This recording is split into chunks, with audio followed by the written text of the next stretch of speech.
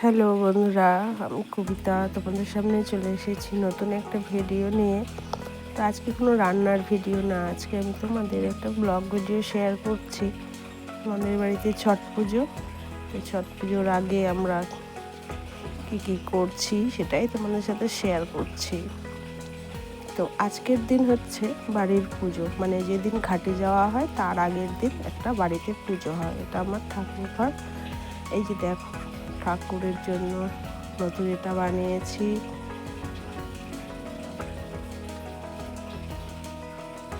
আমি কিন্তু উপোস করে আছি।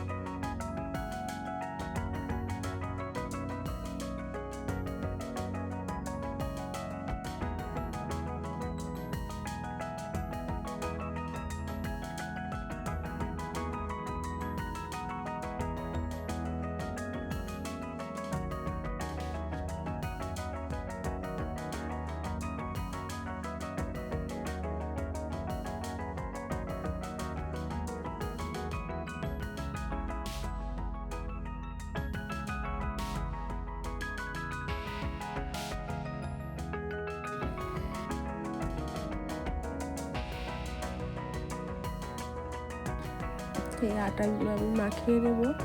আমাদের এই পূজার নিয়ম হচ্ছে, কেউ রুটি দেয়, কেউ পরোটা বানায়। তো আমরা পরোটা বানাই, আর তার সাথে থাকে ক্ষীর বা পায়েস বলা চলে, কিন্তু পায়েস অ্যাকচুয়ালি হয় না ওটা। কেউ দুধ দিয়ে চিনি আতর জল ফুটিয়ে দেয়, তার মধ্যে কোনো এলাচ কিছু দেওয়া যায় না। আর কেউ গুড় দিয়ে, শুধু গুড় দিয়ে চাল ফুটিয়ে দেয়, সেটাকে আমরা বলি ক্ষীর। তো এটাই নিয়ম। তো আমাদের যেটা নিয়ম সেটা হচ্ছে দুধ দিয়ে আমরা চাল ফুটিয়ে দিই। তো এগুলো আমি এখন তৈরি করছি।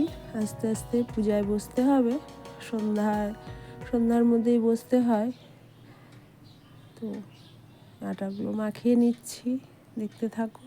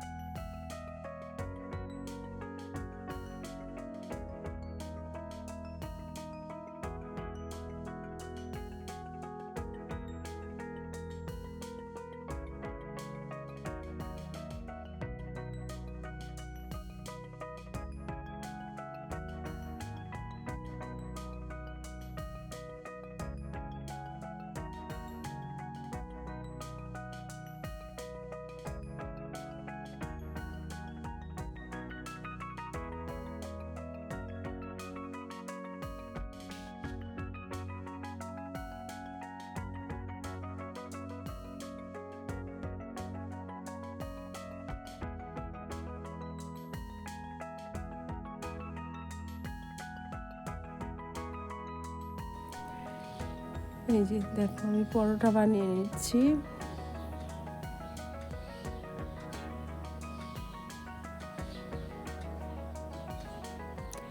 অনেক গান বাজছে, অনেক বাজনা বাজছে, কিন্তু যেহেতু সেগুলো দিলে কপিরাইট চলে আসবে, তাই মিউট করে দিয়ে ভয়েস দিচ্ছি। আর বন্ধুরা, আমার শরীরটা খুবই খারাপ, যার জন্য ভয়েসটাও হয়তো তোমাদের কাছে একটু অন্যরকম লাগবে।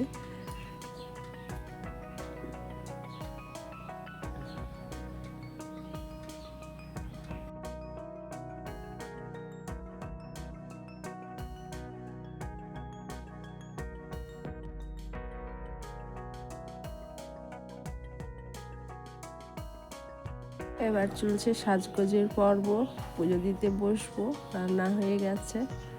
তো এটা আমার দিদি আমাকে সিঁদুর পরিয়ে দিচ্ছে। দিদিও উপোস করে, পুজো করে, তো সিঁদুর পরিয়ে দিচ্ছে। দেরি হয়ে গেছে একটু, তাই পাড়াপাড়ি করছি। এদিকে বোন দেখো, বোন পা টেনে নিয়ে পায়ে আলতা পরাচ্ছে তাড়াতাড়ি করে।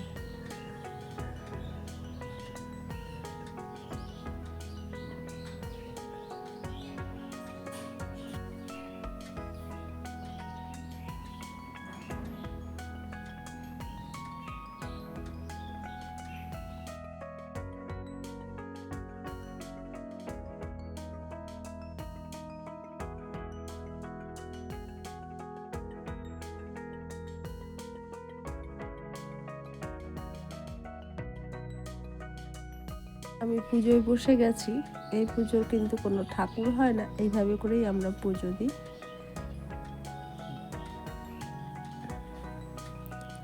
তো বন্ধুরা, ভিডিওটা ভালো লাগলে অবশ্যই লাইক, কমেন্ট, শেয়ার করো। দেখো, এটাই আমাদের পুজো।